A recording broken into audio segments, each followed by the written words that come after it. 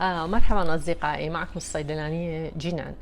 أنا دائما أقول لكم الرياضة يعتبر من الأدوية المهمة لعلاج السكري، بس إحنا ما حاكين شنو هي الرياضة وشون نستخدمها بحيث يأثر على مستوى السكر، يرجع مستوى السكر طبيعي وينزل السكر التراكمي ويأثر على الفحص اليومي.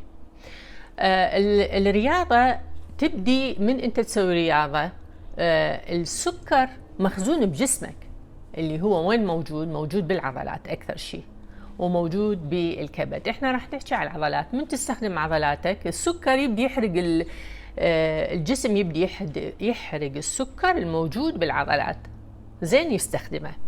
فمن تستخدم هاي العضلات ويخلص السكر، فشي تسوي العضلات؟ تروح للدم، شاكو سكر تاخذه مرة ثانية وتخزنه للعضلة على مود من تسوي حركة، تروح تجي تشتغل، تستخدم السكر الموجود بالعضلات كطاقة. زين، هسه احنا حتى تكون الرياضة مؤثرة حتى ننزل المستوى السكر إلى المستوى الطبيعي والتراكمي أيضا ننزله. إيش قد هي الرياضة؟ أقل شيء إنه تلعب 2.5 ساعة رياضة بالأسبوع، يعني خلال 7 أيام تجمع 2.5 ساعة. طبعا كل واحد يلعب رياضة على قد إمكانيته وعلى قد صحته. مثلا ممكن مشي، إذا يناسبك ممكن إنه تلعب بايسيكل، ممكن تصعد درج. وأيضا أكو رياضة هسه شافوها جدا مفيدة، إنه نحرك عضلة الساق. يعني وأنت قاعد ترفع، تخلي رجلك بالقاع وترفع الكعب، الكعب والأصابع ما زالت متصلة بالأرض، تصعد وتنزل، تبدي تحرق الطاقة، السكر الموجود بعضلة الساق، وبالتالي يبدي يسحب السكر من الدورة الدموية، وبالتالي يقل السكر. شلون نبدأ الرياضة؟ ما حد يقدر يبدي رياضة، يعني أنا قلت 1.5 ساعة، حوالي نص ساعة 5 أيام بالأسبوع.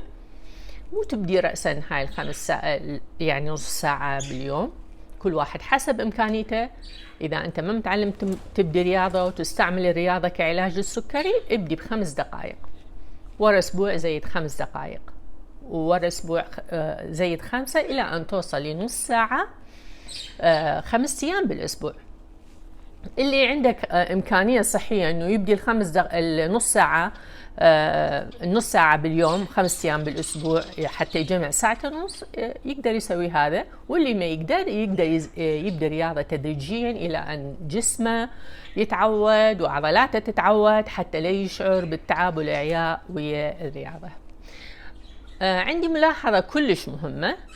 أي واحد عمره فوق 40 أو صار له 10 سنوات عنده سكر أو عنده أي مشاكل صحية بخصوص القلب، أي نوع رياضة يريد يمارسها لازم يسأل الطبيب أول حتى يتأكد من صحة القلب، حتى يقدر يلعب رياضة بدون أن نخاف يصير عنده يعني هبوط بالسكر، هبوط بالدورة الدموية أو جلطة أو ما شابه.